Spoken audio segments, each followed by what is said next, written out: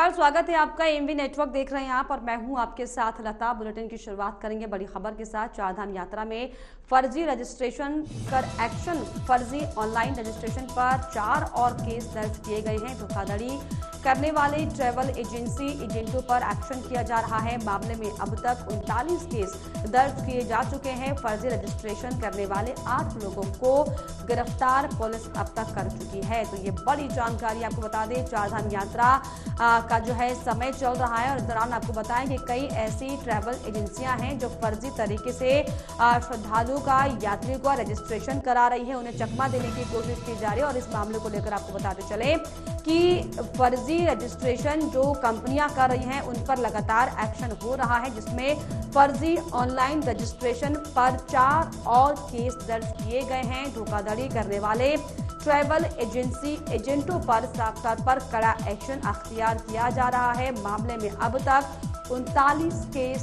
दर्ज किए जा चुके हैं। फर्जी रजिस्ट्रेशन करने वाले 8 लोग जो हैं गिरफ्तार हो चुके हैं।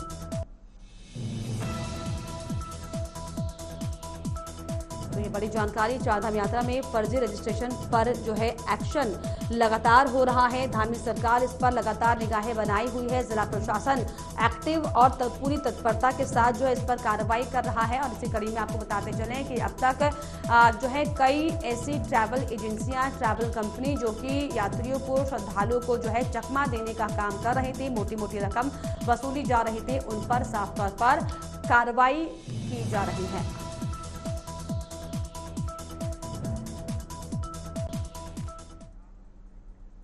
आगे बढ़ेंगे। उत्तराखंड में पड़ रही रिकॉर्ड तोड़ गर्मी ने लोगों की मुश्किलें बढ़ा दी हैं। प्रदेश के मैदानी इलाके से लेकर पहाड़ तक तप रहे हैं।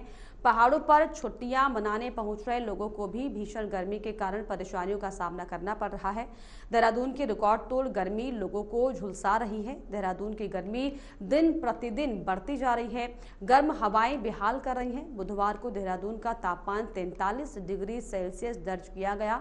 इससे पहले साल 2012 में 30 मई को 43.1 डिग्री सेल्सियस तापमान दर्ज किया गया था। तेज धूप के कारण सुबह से ही भीषण गर्मी पड़ रही थी। तापमान के रिकॉर्ड स्तर पर रहने से बुधवार इस साल सबसे ज्यादा गर्म दिन रहा। वहीं स्वास्थ्य सचिव डॉक्टर आर राजेश कुमार ने कहा कि स्वास्थ्य विभाग ने सीएमओ और डिस्ट्रिक्ट मजिस्ट्रेट को सतर्क रहने की जो है नसीहत भी दी है। साथ ही साथ अस्पतालों में भी कलर और एक्स्ट्रा बेड को लेकर इसे तैयार करने के निर्देश दिए जा चुके हैं। साथ ही साथ जगह जगह पर अस्पतालों में और छोटे स्वास्थ्य केंद्रों में भी कूलर लगाने की बात कही गई है। तो लगातार जो है गर्मी प्रचंड रूप अपना अख्तियार करते हुए दिखाई पड़ रही है और अब जो है उत्तराखंड में भी इसका असर साफ तौर पर देखने को मिल रहा है। संबंध में हमने सभी डिस्ट्रिक्ट मजिस्ट्रेट और सीएमओस को हमने अवगत करा दिया है। और जहाँ तक हॉस्पिटल्स का सवाल है, हमने प्रॉपरली डेजिग्नेट करने के लिए कहा है कुछ शेड एरियाज, जहाँ पे अगर कोई ऐसा पेशेंट इमीडिएटली पाया जाता है तो इमीडिएटली हम उसको वहाँ पे ले जाएं। और हर जगह पे कूलर्स और पानी की व्यवस्था निश्चित करने के लिए हमने कहा है। और कुछ बेड्स भी हमने डेजिग्नेट करने के लिए कहा है हॉस्पिटल्स को, ताकि इमीडिएटली उनका ट्रीटमेंट, उपचार हम लोग त्वरित करें। और इस पर ज्यादा जानकारी के लिए उत्तराखंड के ब्यूरो चीफ पवन दीक्षित मेरे साथ जुड़ गए हैं। पवन, जिस तरीके से लगातार जो है तापमान बढ़ता जा रहा है, गर्मी जो है लोगों को परेशान कर रही है, हालांकि इसको लेकर स्वास्थ्य महकमा पूरी तरीके से तैयार है, क्या कुछ जानकारी और कितनी ज्यादा गर्मी अभी और बढ़ सकती है? बिल्कुल लता, आपको बता दें क्योंकि लगातार तापमान बढ़ता जा रहा है और इस बढ़ते हुए तापमान से जो जनजीवन है वो अस्त व्यस्त है। जहां एक और बढ़ते तापमान से जनजीवन अस्त व्यस्त है तो वहां पशु पक्षी और आम जनमानस को भी इसका दंश झेलना पड़ रहा है। इसी को देखते हुए, बढ़ते हुए तापमान को देखते हुए स्वास्थ्य विभाग के द्वारा स्वास्थ्य सचिव डॉक्टर आर राजेश कुमार ने सभी जिलाधिकारी और सभी मुख्य चिकित्सा अधिकारियों को निर्देशित किया है कि जो गर्मी के कारण और तेज धूप के कारण होने वाली जो बीमारियां हैं उनसे बचाव के लिए सभी अस्पतालों को निर्देशित किया गया है कि जो मुख्य व्यवस्थाएं हैं उनको चाक चौबंद किया जाए और सभी छोटे बड़े अस्पतालों में कूलर इत्यादि की व्यवस्था की जाए और अतिरिक्त बेड को रिजर्व में रखा जाए। यदि कोई इस तरह की कोई समस्या उत्पन्न होती है तो उससे जल्द से जल्द निजात मिल सके, इसको लेकर के एडवाइजरी जारी की गई, निर्देशित किया गया है।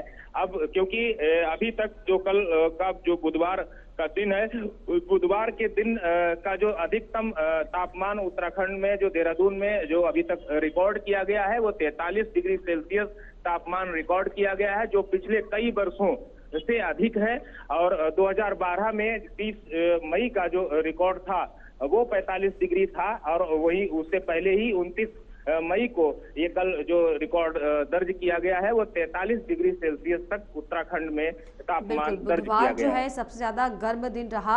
और ऐसे में हालांकि स्वास्थ्य महकमे को तो अलर्ट जारी किया गया है, लेकिन जो आम जनजीवन है वो प्रभावित ना हो उसको लेकर किस तरीके से व्यवस्था जिला प्रशासन की तरफ से की जा रही है, और जो रोजमर्रा के रूटीन काम है जो लोगों की जो है दिहाड़ी मजदूरी का जो काम करते हैं, क्या उनके लिए कोई नियम में बदलाव किया गया है क्या?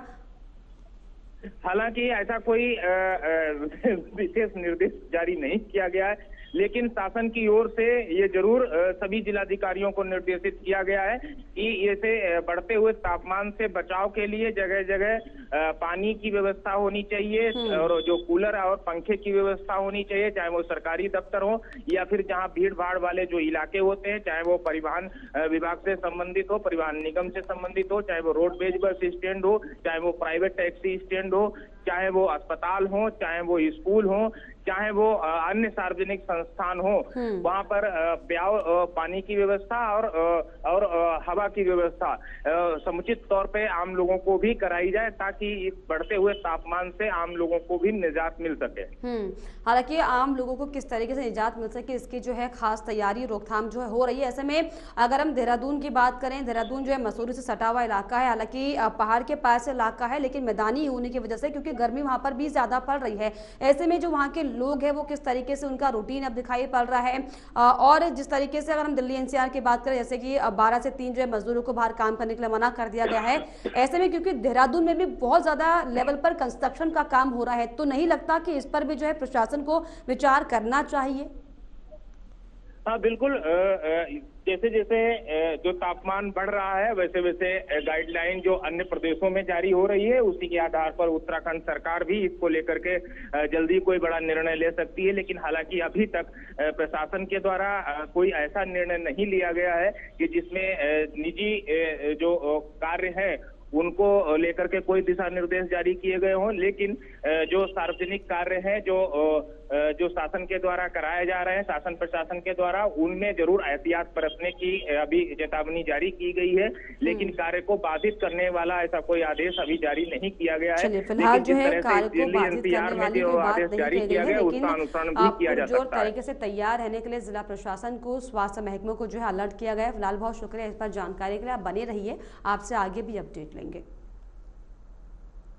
आगे बढ़ेंगे। उधमसिंह नगर में स्वास्थ्य विभाग अवैध लैब और क्लिनिकों के खिलाफ लगातार कार्रवाई कर रही है। इसी के तहत स्वास्थ्य विभाग ने नैदानिक स्थापन अधिनियम 2010 और उत्तराखंड नैदानिक स्थापना नियमावली 2015 के अंतर्गत औचक निरीक्षण कर 32 अवैध क्लिनिकों, हॉस्पिटलों, झोलाछाप चिकित्सकों के खिलाफ कार्रवाई करते हुए 7.60 लाख जुर्माना वसूला गया है। साथ ही साथ कुछ हॉस्पिटल और क्लिनिकों को सीज भी किया गया। जानकारी के अनुसार उधमसिंह नगर में स्वास्थ्य विभाग के कार्यालय में 706 हॉस्पिटल, क्लिनिक, पैथोलॉजी पंजीकृत हैं, जिसमें स्थायी रूप से 202 और अस्थायी रूप से 504 पंजीकृत हैं। तो बिना रजिस्ट्रेशन के क्लिनिक जो चलाए जा रहे थे उस पर सख्त कार्रवाई जो है की गई है, जिसमें क्लिनिकों से 7.60 लाख रुपए का जो है जुर्माना वो वसूला गया है।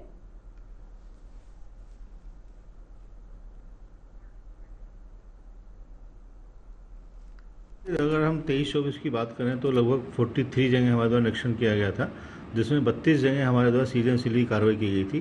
और उस कार्रवाई के अंगे हमने फिर उसमें पेनल्टी लगाई थी। और पेनल्टी लगाने के बाद में नियमानुसार चालान संचालन किए जाने की शर्त पर उनको खोला गया था, जिसमें हमारे द्वारा 7,60,000 जो लगभग जो है वो पैसा उसमें वसूला गया था, शास्ति वसूल की गई थी। और लगातार हमें द्वारा इसमें प्रयास किया जा रहा है। जहाँ तक आप पंजीकृत की बात करें तो हमारे यहाँ पे टोटल 706 जो सेंटर हैं वो पंजीकृत हैं, जिसमें 202 जो हैं वो स्थायी और 504 जो है वो अस्थायी पंजीकरण है यहाँ पर।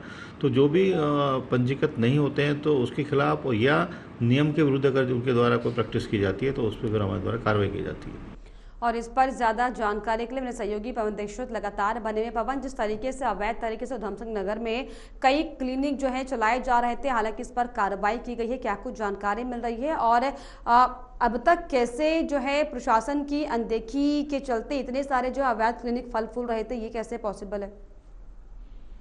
बिल्कुल लता, ये उत्तराखंड में उधम सिंह नगर ही नहीं बल्कि उधम सिंह नगर के अतिरिक्त अन्य जनपदों में भी इस तरह के अवैध तरीके से जो क्लिनिक हैं वो संचालित हो रहे हैं। चाहे वो क्लिनिक हो, चाहे वो डायग्नोस्टिक सेंटर हो, चाहे वो झोला छाप डॉक्टर हो, वो लोग अपना बिजनेस कर रहे हैं एक तरह से, ना कि सेवा कर रहे हैं। इसी वजह से उधम सिंह नगर के स्वास्थ्य विभाग के द्वारा, मुख्य चिकित्सा अधिकारी के द्वारा ये कार्रवाई की गई है। बड़ी कार्रवाई है क्योंकि इस्टेब्लिशमेंट एक्ट के तहत जो पंजीकृत हॉस्पिटल या क्लिनिक है वही लोग इलाज कर सकते हैं, लेकिन उसके अतिरिक्त जो लोग इलाज कर रहे हैं, चाहे वो डिग्री धारक हो या फिर अवैध डिग्री धारक हो, बिना डिग्री धारक चाहे वो झोला छाप डॉक्टर जिस तरह से कह सकते हैं, उन लोगों के द्वारा जो अभी इलाज किया जा रहा था, जो क्लिनिक संचालित किए जा रहे थे, ऐसे तमाम क्लिनिकों पर स्वास्थ्य विभाग के द्वारा कार्रवाई की गई है।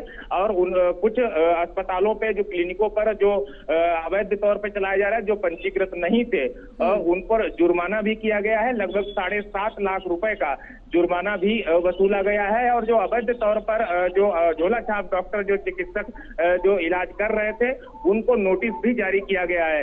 इस तरह से लेकिन पवन, ऐसे में सवाल ये खड़ा होता है, हालांकि कोई पहली बार नहीं है जब इस तरीके से अवैध जो रजिस्ट्रेशन के क्लिनिक चला रहे हैं उस पर कार्रवाई की गई हो। लगातार जो है स्थानीय लोग भी आरोप लगाते रहे हैं कि दरअसल अधिकारियों की मिलीभगत की वजह से ही और मोटी मोटी घूस लेकर, पैसे लेकर जो है इस तरह के अवैध क्लिनिक को संचालन करने के लिए मंजूरी दी जाती है।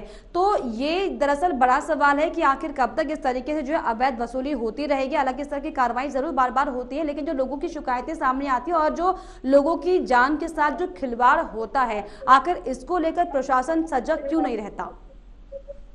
बिल्कुल लता, आपको बता दें कि उधम सिंह नगर ही नहीं, मैंने जैसे जिस तरह से कहा है कि ये राजधानी देहरादून में भी इस तरह के बहुत से क्लिनिक और अस्पताल ट्रॉमा सेंटर के नाम पे चलाए जाते हैं, जिनमें ना तो डिग्री धारक डॉक्टर्स होते हैं, ना ही उसमें नर्स होती हैं। सिर्फ और सिर्फ जो मरीज है उसकी मजबूरी का फायदा उठाते हुए जो वहाँ के जो संचालक हैं वो भी नॉन प्रोफेशनल संचालक उस ऐसे अस्पतालों का संचालन करते हैं। और उनका सिर्फ और सिर्फ यही उद्देश्य, पैसा कमाना ही उनका मुख्य उद्देश्य होता है। एम्बुलेंस के से साठ गांठ करके अपने अस्पताल में ट्रॉमा सेंटर के नाम पर मरीज को भर्ती किया जाता है और फिर उसको आईसीयू में डाल करके और उसके परिजनों को गंभीर बीमारी बता करके, गंभीर हालत बता करके उनसे अवैध तरीके से वसूली एक तरह से की जाती है।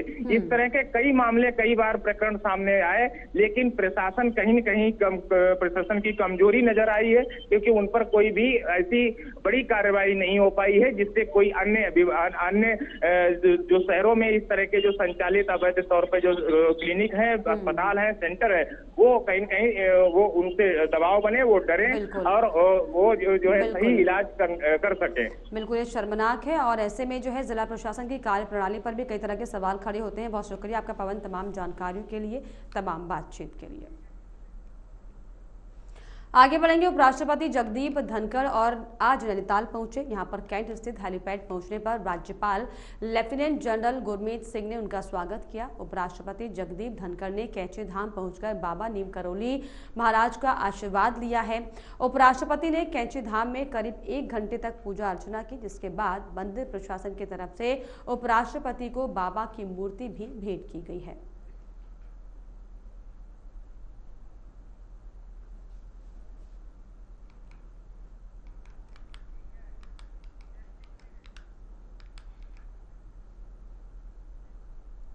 चारधाम यात्रा में आ रहे श्रद्धालु की स्वास्थ्य विभाग लगातार स्क्रीनिंग कर रहा है। स्वास्थ्य विभाग के सचिव डॉक्टर आर राजेश कुमार ने बताया कि श्रद्धालु से स्वास्थ्य विभाग की गाइडलाइंस का अनुपालन करने की अपील की गई है। स्वास्थ्य सचिव ने बताया कि विभाग की ओर से अब तक 2,08,000 से ज्यादा श्रद्धालु की स्क्रीनिंग की जा चुकी है, जबकि चारधाम यात्रा मार्गों पर 12 स्क्रीनिंग सेंटर बनाए गए हैं। इसके अलावा 180 चिकित्सकों की तैनाती चारधाम यात्रा मार्गों पर है।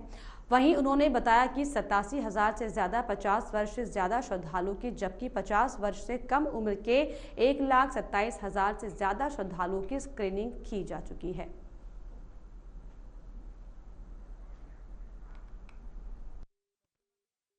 जनपद रुद्रप्रयाग का यात्रा प्रभारी मुझे बनाया गया है। इसी के दृष्टिगत 3 दिन की यात्रा रही जनपद रुद्रप्रयाग में, जिसमें श्रीनगर से आगे वाला रूट और सोनप्रयाग तक का जितना जो रूट था उसका मुक्का मुआयना किया गया और जिला प्रशासन, पुलिस प्रशासन और जो मूलभूत सुविधाएं वाले जो डिपार्टमेंट्स हैं, बिजली, सड़क, पानी इत्यादि, civil aviation, tourism department, district level के जो ऑफिसर्स थे उनके साथ मीटिंग भी की गई, उनकी समस्याएं भी सुनी और शासन स्तर पे जो ग्राउंड लेवल के जो डिपार्टमेंट्स हैं, शासन स्तर पे कोई ऐसे कोऑर्डिनेशन रिलेटेड इश्यूज अगर हैं उनको भी रिजॉल्व करने हेतु मुझे मेरे द्वारा उनको बताया गया और इस संबंध में मैंने एक अपना रिपोर्ट भी बना दिया है, शासन को मैंने प्रेषित भी कर दिया है। जहाँ तक स्वास्थ्य डिपार्टमेंट का जो सवाल है, लगभग अभी 2,08,000 से ज्यादा यात्रियों की हम लोगों ने अभी स्क्रीनिंग में कर दी है और पूरे चारधाम रूट में लगभग 12 स्क्रीनिंग सेंटर्स और 50 से भी ज्यादा स्क्रीनिंग पॉइंट्स हमने एस्टैब्लिश की हैं और लगभग 180 से भी ज्यादा डॉक्टर्स की तैनाती पूरे चारधाम रूट में की है।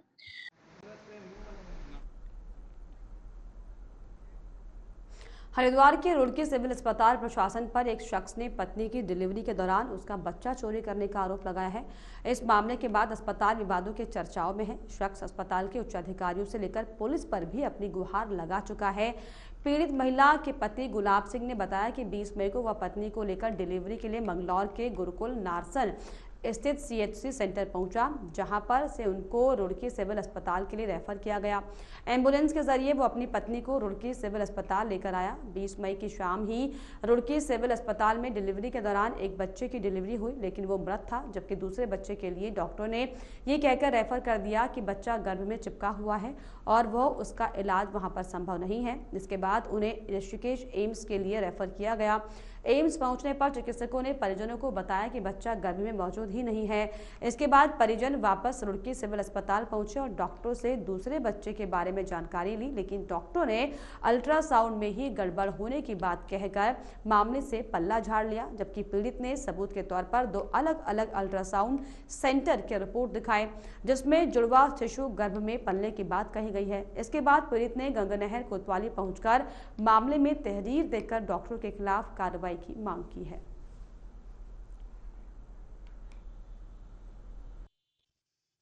वर्बली 2-3 दिन पहले आ गया था और ऑफिशियली आज ही हमें थाने से लेटर प्राप्त हुआ है और इस संबंध में मैंने CMO को 2-3 दिन पहले ही अवगत करा दिया था और मैंने उनको रिक्वेस्ट की है कि इस मामले में हाई लेवल की एक कमेटी बना के पूरी जांच की जाए और जो भी सच है वो सामने उनके भी आ जाए और जो भी इसमें दोषी अगर कोई है तो उसको भी इसके अंदर हम लोग सजा का देखेंगे। पर अभी तक जो भी सूचना आई है हमारे हिसाब से और एम्स के यहाँ से एक बच्चा डिलीवर होने के बाद में जब डॉक्टर नी को दूसरे बच्चे का कहीं कुछ नहीं मिल रहा था तो उन्होंने इस सेफर साइड में इसको एम्स ऋषिकेश के लिए रेफ़र कर दिया था कि ऐसा ना हो कि कोई और प्रॉब्लम हो उसके अंदर। तो जो भी होगा वो जांच के अंदर हमारी पूरी उसके अंदर हमारी आ जाएगी। पूरा मामला जी मैंने सर 2 अल्ट्रासाउंड करवाई थे, एक देवबंदी के जाने करवाया था जी, उसमें 2 बच्चे बताए। फिर यहाँ से रुड़की में सक्षम के यहाँ करवाए जी, उसमें भी 2 बच्चे आए जी, 2 अल्ट्रासाउंड करवा रखे हैं जी, एक 11/5 में करवाया था जी। उसके बाद मेरी 20 तारीख में डिलीवरी हुई जी यहाँ पे रुड़की सिविल हॉस्पिटल में।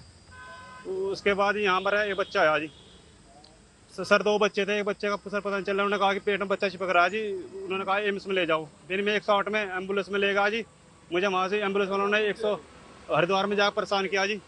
क्या आने लगे कि भाई पहले स्टाफ को छोड़ देंगे, तेरी घरवाली बाद में जाएगी। तो फिर उन्होंने दूसरी एम्बुलेंस का इंतजाम करके फिर मुझे वहाँ भेजेगा आज ही। जब मैं हॉस्पिटल में पहुँचा सर, तो वहाँ से इमरजेंसी में मैंने अपनी घरवाली भर्ती करी। तो उसके बाद डॉक्टर ने बताया कि भाई बच्चा तो पहले डिलीवर हो चुका है। तो मुझे सर यही कहना है कि मेरा बच्चा कहाँ गया। उत्तराखंड में पड़ रही रिकॉर्ड तोड़ गर्मी ने लोगों की मुश्किलें बढ़ा दी हैं। प्रदेश के मैदानी इलाके से लेकर पहाड़ तक तप रहे हैं। पहाड़ों पर छुट्टियां मनाने पहुंच रहे लोगों को भी भीषण गर्मी के कारण परेशानी का सामना करना पड़ रहा है। हालांकि मौसम विभाग की ओर से राहत की खबर जरूर सामने आई है। पहाड़ी क्षेत्रों में गुरुवार को हल्की बारिश होने की संभावनाएं जताई गई हैं। बुधवार को देहरादून का तापमान ऑल टाइम रिकॉर्ड से 1 पॉइंट कम यानी कि 43 डिग्री सेल्सियस दर्ज किया गया। इसके पहले साल 2012 में 30 मई को 43.1 डिग्री सेल्सियस तापमान दर्ज किया गया था। तेज धूप के कारण सुबह से ही भीषण गर्मी पड़ रही थी। तापमान के रिकॉर्ड स्तर पर पहुंचने से बुधवार इस साल का सबसे ज्यादा गर्म दिन रहा।